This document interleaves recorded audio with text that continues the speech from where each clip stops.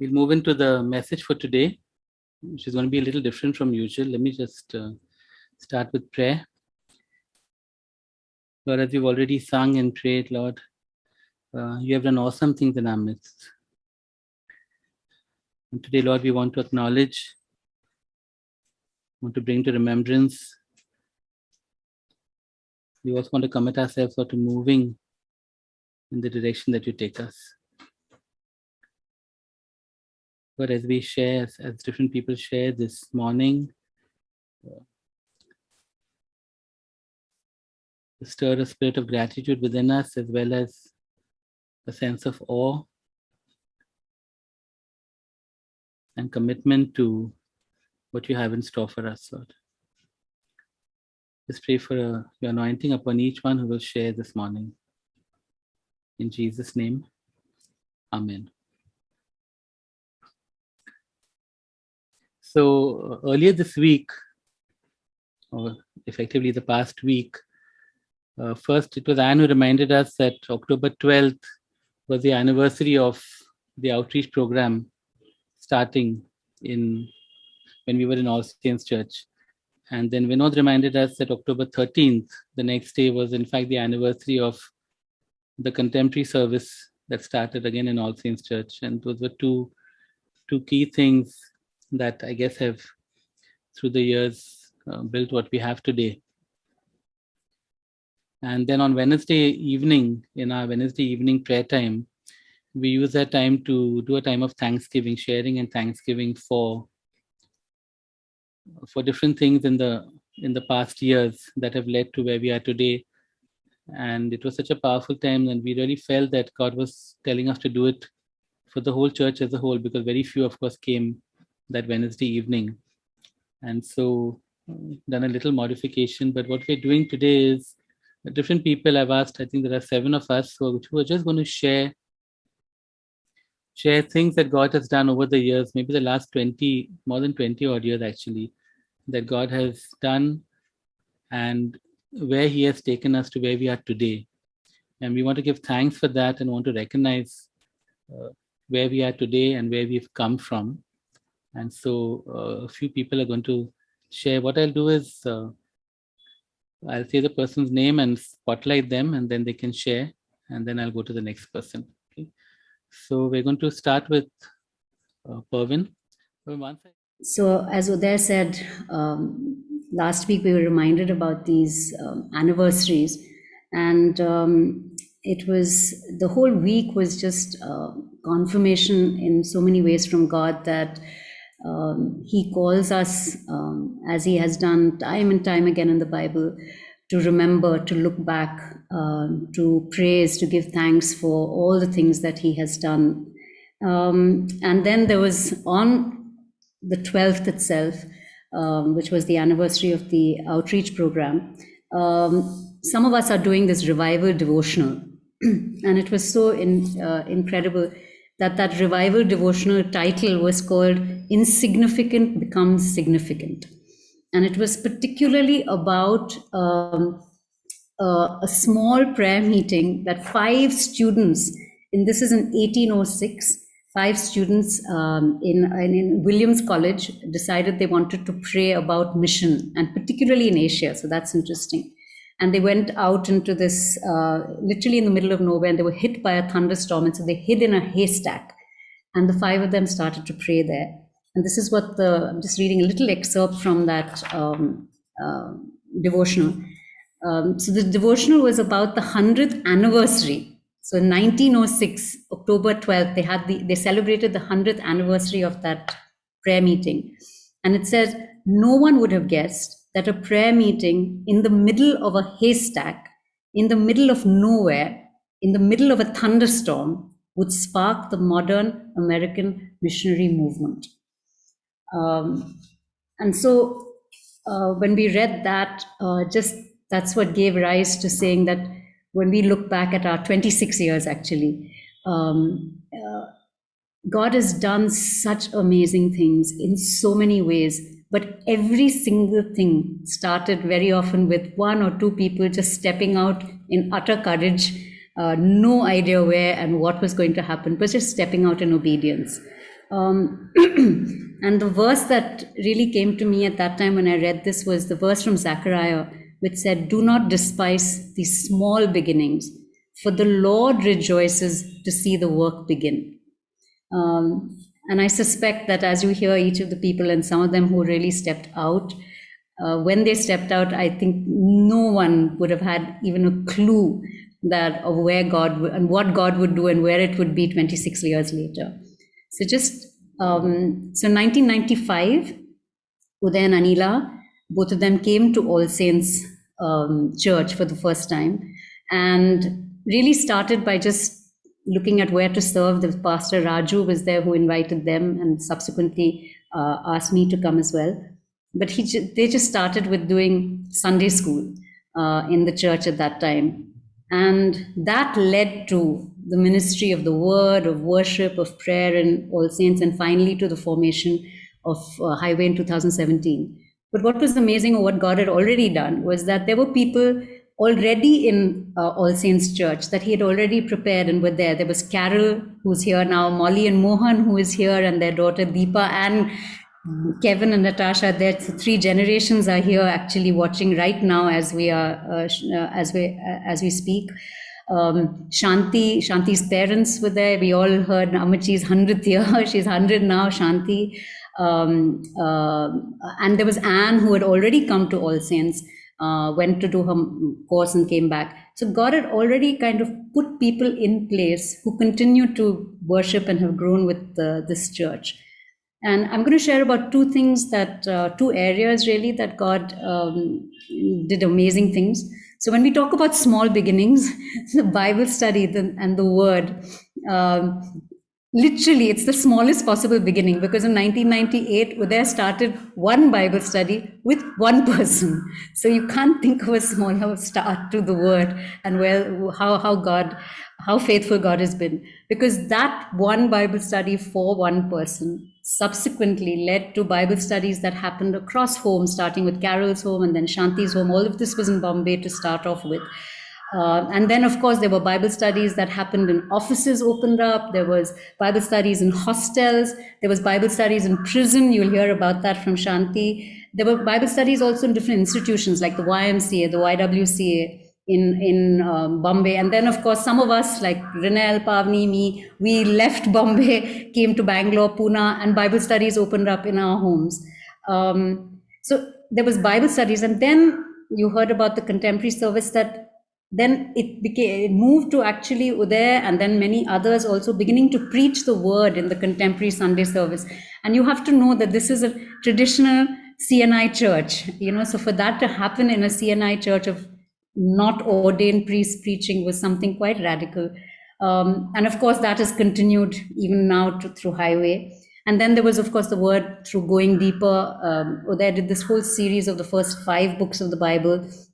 Of intense Bible studies. Of course, that was when we could meet. Then, of course, the pandemic happened and Zoom happened. And over the last 1.5, many of us have been part of, or even seen it on YouTube, which were the morning meditations, the Psalms that we have been so blessed by, the invitation series on the weekends that we have been doing, and so many new people have come together. And of course, now we have a YouTube channel with the word being able to go out. So really, from that 1 Bible study, God has just taken it and grown it. And it has been the faithfulness of people who've stepped out to say yes, to do it, and God doing amazing things.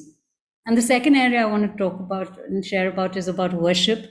And this is another really incredible story of how what we do today, all of you have just been part of such an amazing time of worship.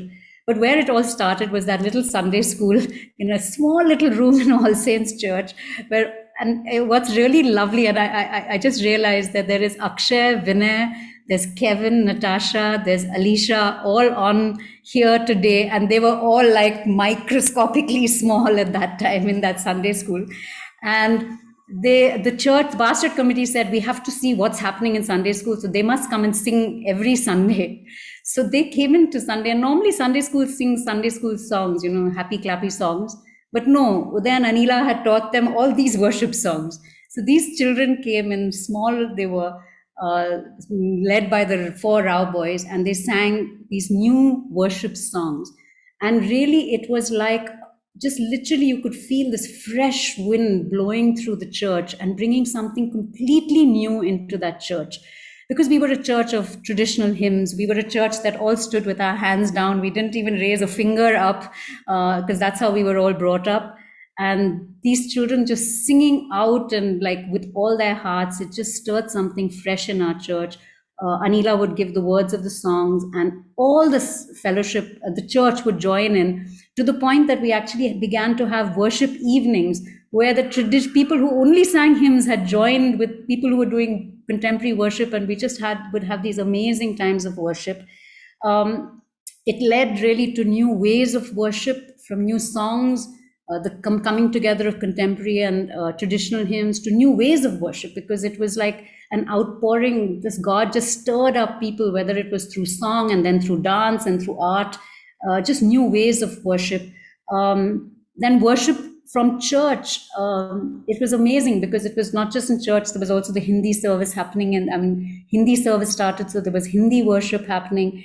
But God took that worship out of the church premises and took it out, literally out. And we had worship that went into public spaces. We had our first gig in Blue Frog, which was thanks to Ashanti's brother, which was a jazz bar actually. And we had our afternoon gospel gig, and we'd had worship there in that. And then subsequently in different places here in Bangalore, in Pune.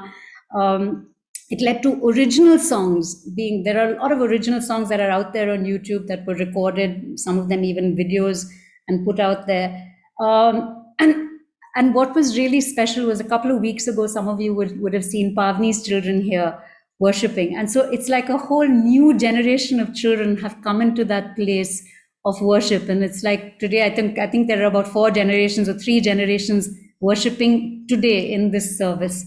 And so God really took, I mean, he brought musicians, he brought artists, he brought dancers, he brought writers, singers, and everybody, nobody came with any big whatever, just came saying, we will give our 5 loaves and 2 fish, and whatever God wants to do with it, he can do and take and multiply. And really, really, that's what he has done over these years. And what you see here today in this service has its roots in that one Bible study and that one little Sunday school that happened in All Saints Church. So really want to praise God. And I just want to encourage people here today, because it's lovely that we have new people who've come here for the first time, that really when you step out, you have no idea what God will do with whatever you have, whatever gifts he's given you, or talents or call upon your life. Step out, because you'll hear today how ordinary people stepped out. And then God just took and multiplied and did amazing things with it. And we'll move to Anne. She's going to share about the outreach program. Okay, just want to continue to give all glory, honor, and praise to God, really for his ways and his thoughts, which are far above us. As Purvin shared, that we completed 15 years of the outreach program this last week. And for those of us who were at All Saints, we know that God has called that church, called us to be a light on the hill. And in his amazing love, he not only fulfilled his word to us, but he also enabled us to be the answer to our own prayers. And basically, there was a crisis which the church went through, and in 2006, and that's what caused the doors of the church to be opened to the underprivileged children and young adults from the community. So we started off with conversational English classes for this group of people, and over time the program expanded. It included study classes and recreational activities, also a Sunday school, a Hindi Sunday school, and a Hindi church for the community. And just for the many children and adults who came there and who were blessed, and really for so many of us from All Saints who were just blessed by being part of the program and volunteering or just providing support through prayer or just giving so generously to that program. We know that God's favor and his blessings were on us as well.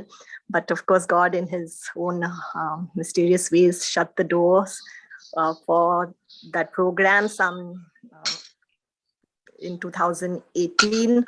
And but that drove us further into the community that we were ministering to. And we could start a Hindi church there, which continues even today. And with the lockdown, the program basically has been stopped, more or less, though we are in touch with many of the people that we knew through those years. But we just want to trust and praise God, because just believe that the light that was shed in the hearts of all the children and the adults who came to the church, they've just carried it with them, the love of God, and wherever they are right now in their homes and in their communities, in their villages and cities across this nation, we just trust that God, the seeds that have been sown in their hearts, that it will bear fruit, and they will all just be part of the harvest and the revival that we are anticipating and praying for. Just thank you, Jesus, for all that you have done. And I'll just spotlight Shanti. She'll share about the prison ministry. God's plans and ways are higher than anything we can imagine, and more mysterious. So in 2005, a small little team of women from All Saints Church and the fellowship groups went into Baikala jail. Now, what is important is nobody was looking to go into any kind of jail. Nobody was seeking to work with prisoners. So it was God who opened the door to the jail to us. What was common amongst us was that we had all done an Alpha course. We had all experienced the love of God. And his freedom. And all we wanted to do was, in some way, share his love with us. And so we received an invitation from a Christian NGO who conducted prayer and praise in the prison.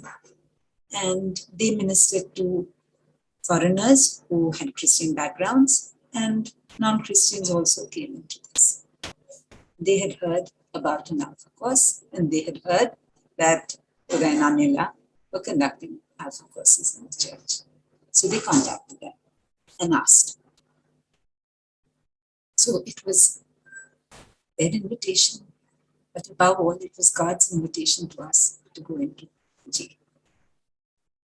And the Spirit of the Lord has anointed all of us to preach good news to God's children, to preach good news to the poor, to bind up the broken heart, to proclaim freedom for the captives, to release from darkness prisoners, to proclaim the word of the Lord's favor, to comfort all who mourn, and provide for those who breathe in Zion, to crown them with beauty, to fill them the oil, to give them God's way of life. So it was God's ministry, and he kept it alive, and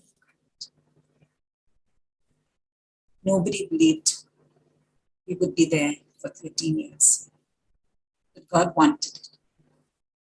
And he made ways for us to reach out and minister his love and good news to the people, the ladies, the under trials in the jail. Initially, through the once weekly Alpha course, which then became a Bible study, a weekly Bible study and prayer. He used basic computer classes and typing and literacy classes to reach out to people again.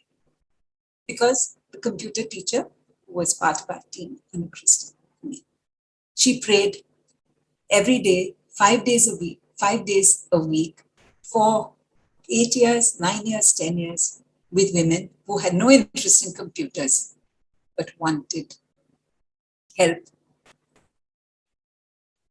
supernatural help. God made a way for us to minister through a health clinic, because there were pregnant women and there were lactating mothers and there were women with HIV and there were women with TB. And while the doctor gave medicine and supplements and protein powders, we were also able to pray. And then God made a way for a vocational program in the jail. There were ladies who were plucking threads off old clothes and doing a little embroidery. And Anila used that opportunity, and embroidery and crochet was encouraged amongst all those who knew it or would like to learn it, and their products were sold. But then the prison authorities clamped down on this because those needles and crochet hooks were considered potentially hazardous equipment, and that came to a stop. But when God wants to touch, heal, love his people, he will make that way. And a coloring project, coloring sheets of paper, with Faber-Castell, with Doms, with Camel, whatever, and started. And that grew exponentially because God wanted to reach out to more than the people who were coming for Bible studies or the computer class who were sick. He wanted to reach out to everybody. And at the end of, by the end of that time, there were 2/3 at least of the ladies in jail who were coloring. And as they colored, there was peace, there was joy, there was delight, there was a safe haven, there was God's presence, God's love, and a little income from what they colored. And then products were made out of that coloring outside the jail, which was sold. And, you know, as God reached out to the ladies in jail, but at the same time, he was reaching out to us as a church, all of the church, and our friends, Christian and non-Christian. And he drew those who wanted to share his love and share their skills and talents into the jail. So we had a health camps, and dance and carol singing, where even the boys and the men from church could come in. Through art and craft sessions. He drew people not into jail, but into making products out of the wonderful coloring that was being made in other people's homes. Make them into products, cut, paste. To volunteer at sales, selling these products, broadcasting, telling people about it. It's amazing. And, you know, the other thing I really want to give God thanks for. We didn't have committee meetings. We never had budget planning sessions. We never discussed. But those first years, and it went on before the small group went into jail, that morning, once a week, we spent 15 minutes, or maybe half an hour, praying and asking God to open doors and just for his will to be done. And once a month, the team gathered together and just gave thanks to God and just asked him to lead us and guide us. Through those years, Vinod knows how many lakhs were spent on the project, but God provided it all. We never raised funds. And apart from providing us with funds, he gave us patience, he protected us, he hid us. Bibles were being taken into jail, huge big bags of them in Marathi, Hindi, Gujarati, Malayalam, Kannada. Oriya, Nepali, and our daily breads come Christmas. For years and years and years, but he hid us and protected us as governments and authorities grew increasingly, wary of Christian groups coming in. Money for the medicines, money for the boxes of coloring, thousands and lakhs of boxes of coloring must have gone in. And just looking back at those 13 years, we just are so grateful that God used us as a church to be his hands and feet, his hearts, his voices in dark, dark places. And he wanted to bless thousands of people who went in through that red gate, the gate of the prison at Bakla. Some women who stayed there for 6 months, some for 2 or 3 years, others for as long as 6 or 7 years. We may never meet some of them again. The project has been wound up. But we know that God touched, blessed, comforted, loved, cared for, healed, provided, was faithful beyond measure to these ladies. A few of them came to Jesus and are secure in his love. But all have heard his name, and so many have gone home with the Bibles that they were given, that they asked for. Maybe used as a talisman, kept under their bed, but they went home with Bibles. And we know that all those who God brought us into ministry know that there is a loving God, a Father in heaven, who has compassion on the weak, the poor, and who hears their cries and answers their prayer. So our prayer just is that God will continue to do his good work.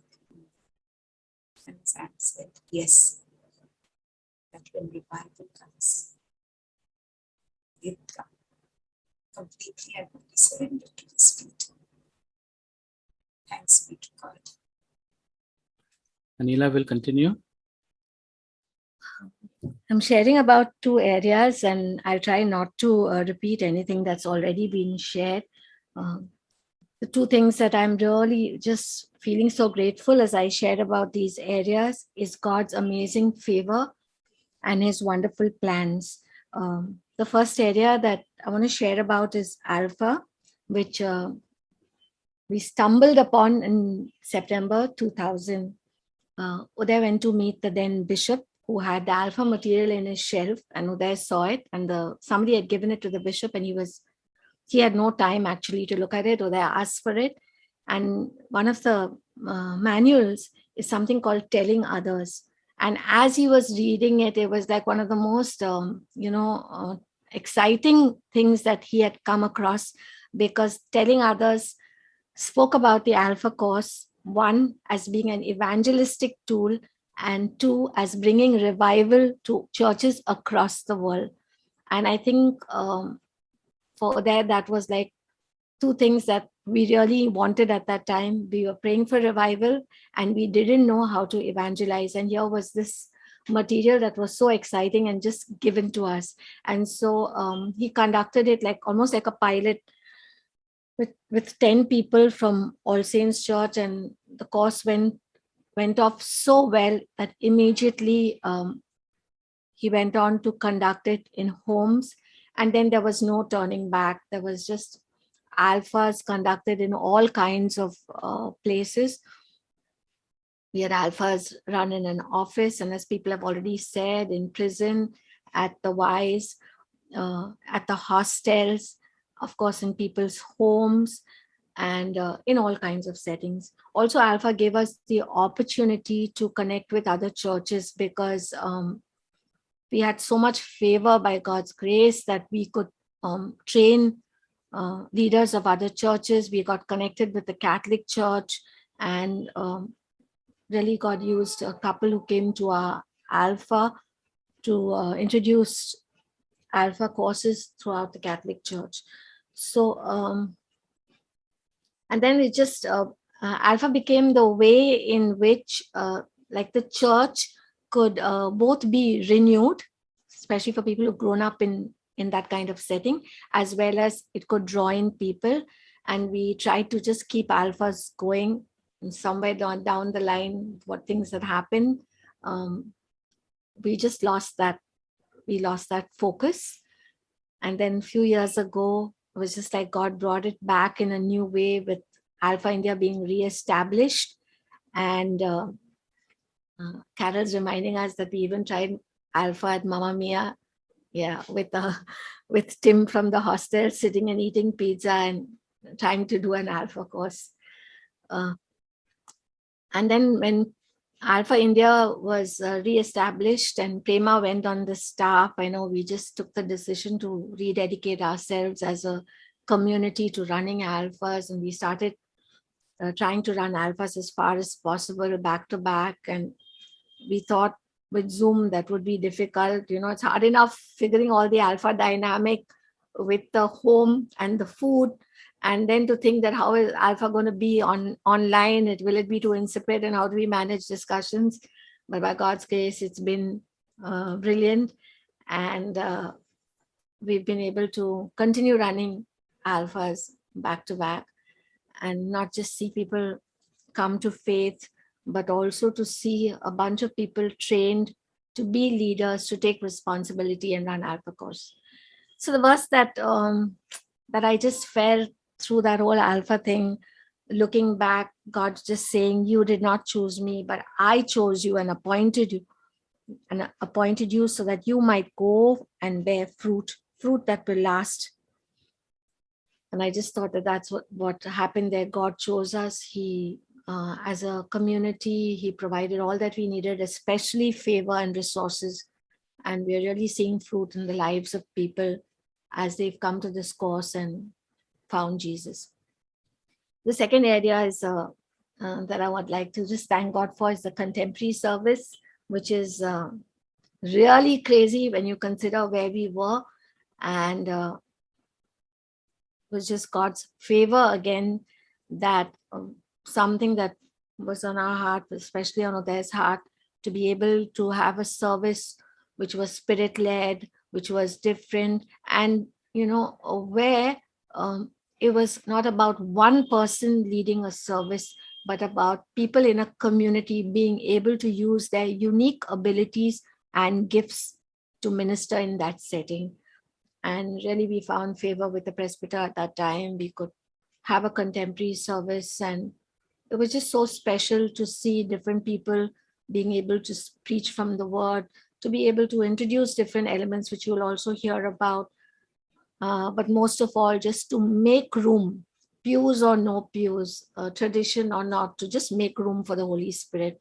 And just want to thank and glorify God, because even when we couldn't continue in that church setting, he opened the way for us to continue to meet at Carol's home, to have midweek meetings, Bible study, Alpha courses, and then of course, as we've already heard, for the same kind of meetings to continue in other homes that have been opened. We just thank God for his great faithfulness and the work of his Spirit, and that he has flown through this community and through the different meetings that he allowed us to start. Glory to God. Just want to say that even as people are sharing here, there's a whole lot of sharing going on in the chat, a whole lot of further extra history and testimony that are going on there. So you can read those also as we're going along. Because so many of the people here have been part of this journey. Okay, over to Renelle. So I just want to say thank you for letting me share about creativity in our community. And for many of you who joined us much later in our journey, you will see all these wonderful banners and flags and artwork, and you'll see people moving and dancing and all, and you might think that, oh wow, these guys are like really very comfy with all of this expression. But I have to mention that God has brought us a long way, and he has really activated us in many creative giftings that we didn't even know we could do. So I want to start by some of what I'll share has already been covered in more detail, so I'll just briefly go over it. But I'd really like to start by giving thanks for Pastor Victor Johnson, under whose pastoral leadership we received the permission to do a worship dance for the very first time in 2011 at a carol service, and like the others have already mentioned, in a traditional setting, a traditional church. Like Pavin said, we were all quite, proper.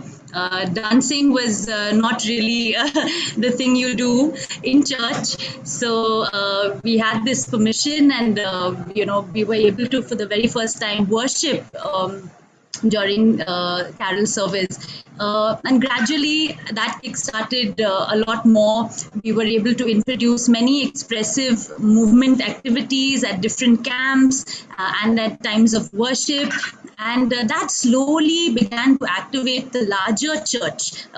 Even those who felt like very awkward and very hesitant to step out there and be expressive in their worship.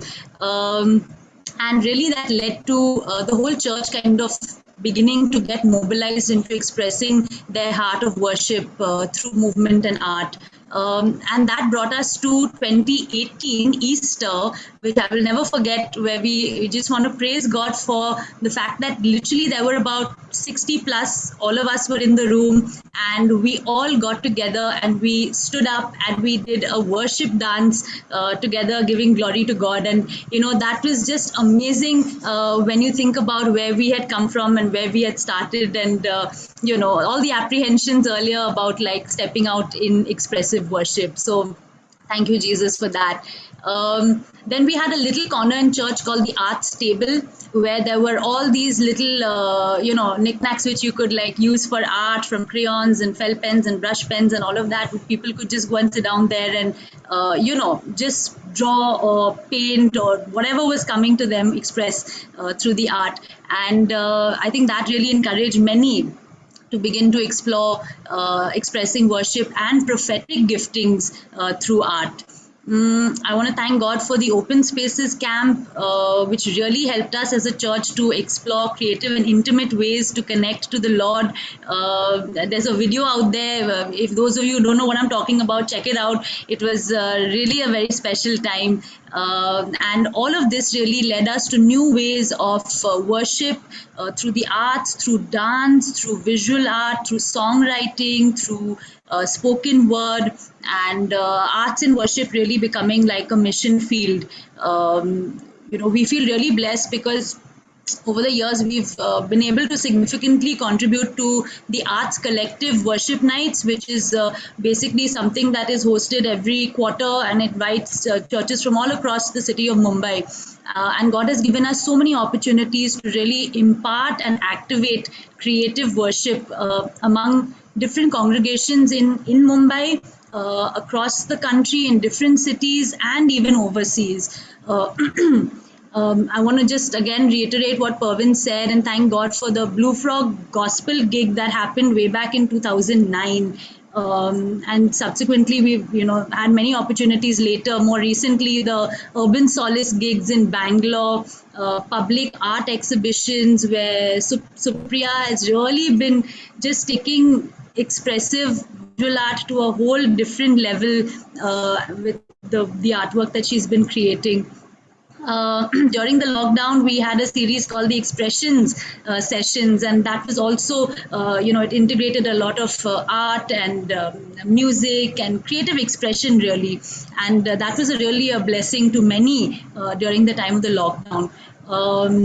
Also, the numerous original songs that have been written and composed by our community, Danny, Jay, and so many others who have contributed, Pori for doing the videos, and really has been not just a blessing to our community, but really the church at large. in just one line, I want to thank God for Alive. Already Shanti has done that, but really the blessing that therapeutic art project has been to the prisoners and to so many people. Like those products, I was just telling Ryle, you know, those products in people's homes have just brought so much joy and so much meaning. And every time we gave a product away, it was like sharing the testimony of what God was doing in prison, and people were just blown away by the artwork that was being done in prison. More recently, we had the Highlights Christmas series of merchandise, which is another really special way to be able to share God's heart through those gifts that were created. So, I mean, these are just a few things here and there that stand out. There's so much more that God's been doing in the background.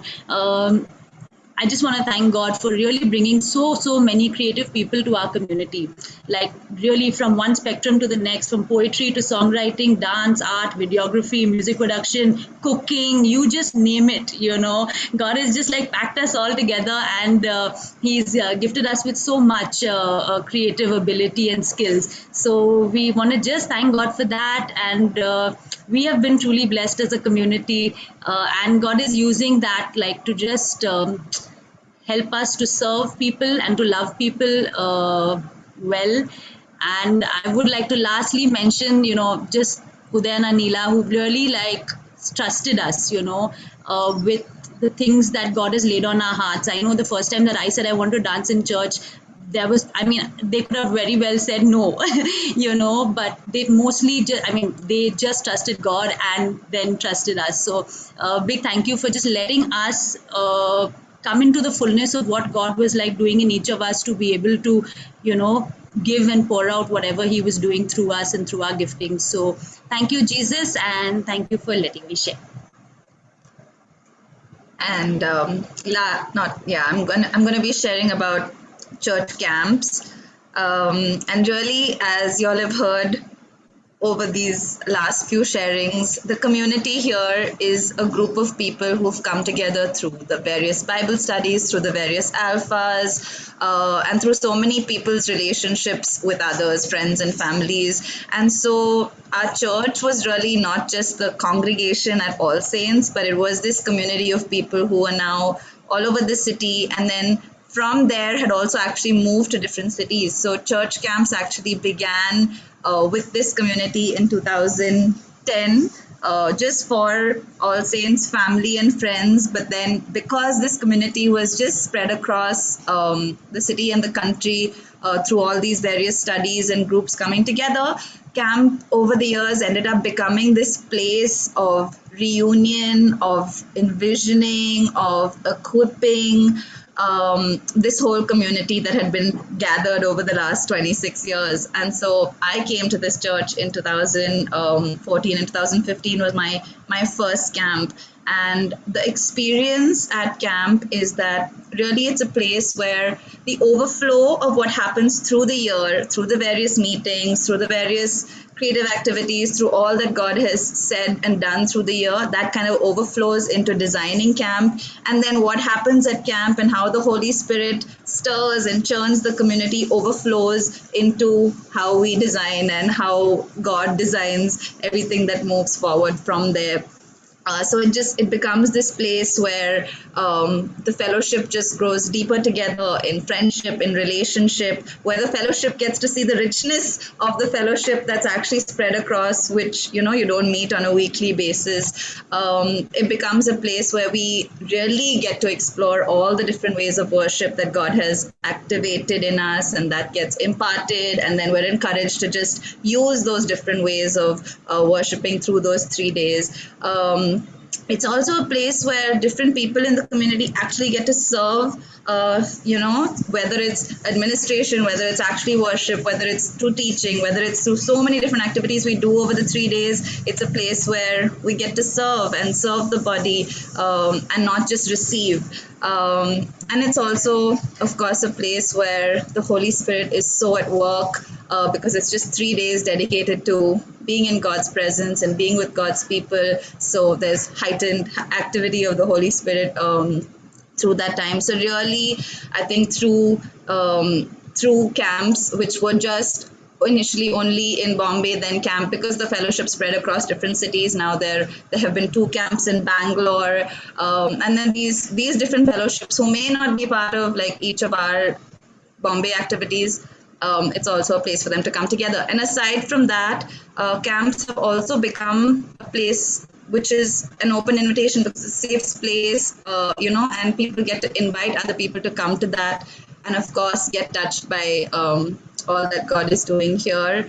And so I am personally so grateful, because every single camp just kind of like propels me personally forward, and I know propels our church forward. And of course, yeah, like even Rinal said, then Anila, just give each one freedom. Once they just give you something to do, it's the freedom and the trust to just run with it, and through that, each person who takes responsibility just grows. And yeah, we're able to then step out in boldness and do things outside as well. So praise God and thank you, Jesus, for all that you do through camps.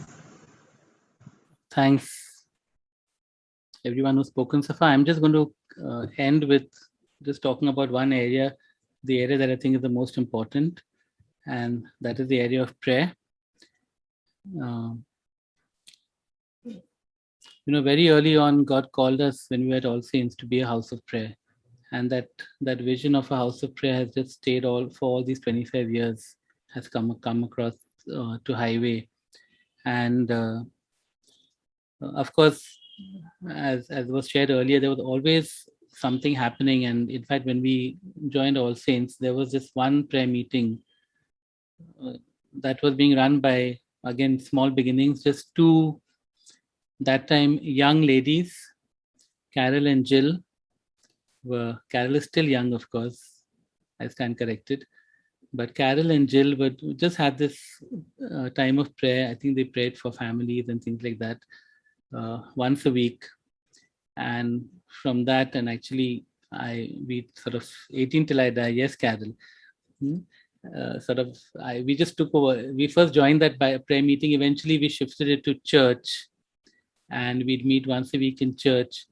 And then there was a stirring that we needed to do more. We decided to start an early morning prayer.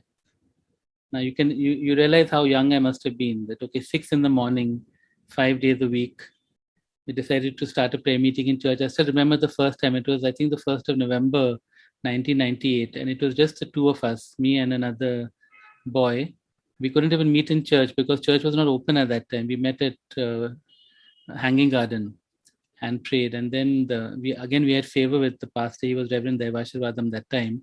He gave us keys. He let us make our own keys. I had a key, Anne had a key for the door, for the church door. We could open it at 6 in the morning, and morning prayer started. And over the years, so many people, and some of them are part of this fellowship still, were part of that morning prayer. There were times when nobody was around, and I know that for a long time, Anne just handled it all by herself, but just kept that prayer time going. And it moved into, it's like when you start doing something that God wants, you want more of it. It's not that you're satisfied with this. And we started these Saturday prayer times, 6-hour prayer times, which ended from 6 p.m. to midnight. And we would break our fast at midnight. I think eventually we had more 6-hour times. We had a 24-hour prayer time. Things just escalated from there. And God has taken us from those small beginnings to a place now where we have night watch, where we have 24-hour prayer, where I know so many people are involved in prayer, praying for the corporate space, praying for mental health issues, praying for same-sex attraction issues, praying for the nation. Really, more than anything else, I feel that Highway has been called to be a house of prayer, and we're far from where we should be, but I think that definitely we've taken many steps in that direction, and it started really small. And I really want to praise God for that everything that we've done, I think, really has been soaked in prayer, and often they proceed from that place of prayer, which, whenever something proceeds from a place of prayer, I'm very happy, because I know that, God is in this.